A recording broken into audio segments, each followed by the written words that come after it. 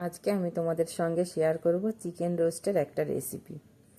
দেখো, চিকেন রোস্টের জন্য আমি চিকেনগুলোকে ভালো করে ধুয়ে সেটাতে লবণ, হলুদ আর একটু লঙ্কার গুঁড়ো মাখিয়ে ভালো করে ভেজে নেব। এটা কিন্তু বেশ একটু তেলে ভাজতে হবে, অল্প তেলে ভাজলে হবে না, এবং হাই ফ্লেমেই এটাকে আমি ভালো করে ভেজে নিয়েছি।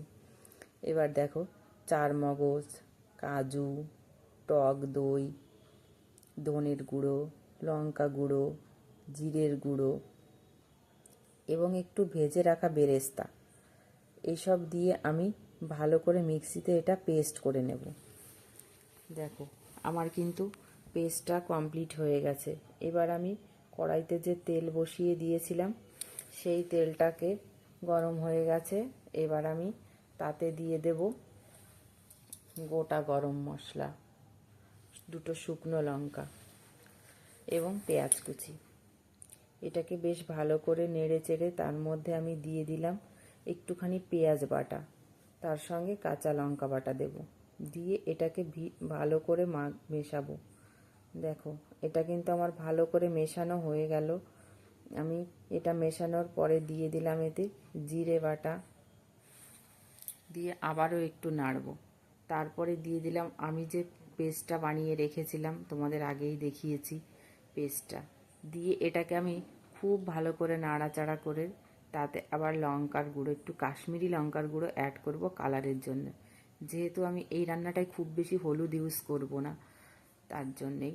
এবং এতে একটু গোলানো দুধ দিয়ে দিলাম আমি। তোমরা এমনি দুধও ব্যবহার করতে পারো, আমল দুধও ব্যবহার করতে পারো। তারপরে দিয়ে দিলাম টমেটো সস, দিয়ে এটাকে আমি খুব ভালো করে নেড়ে চেড়ে মিশিয়ে নেব। এবার একটু সামান্য একটু হলুদ অ্যাড করব, খুব বেশি হলুদ এই রান্নাটায় আমি অ্যাড করব না।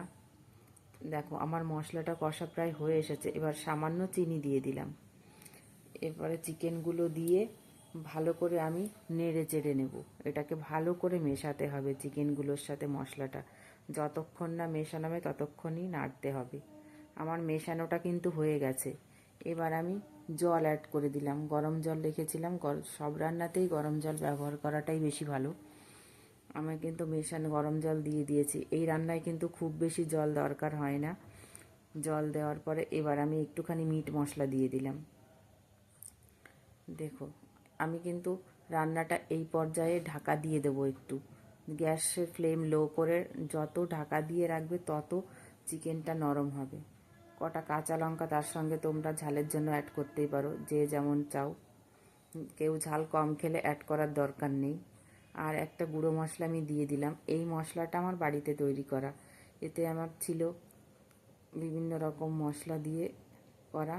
এবার আমি রান্নাটা কিন্তু আমার হয়ে এসেছে। আমি এটা বেরেস্তা দিয়ে নামিয়ে নিলাম।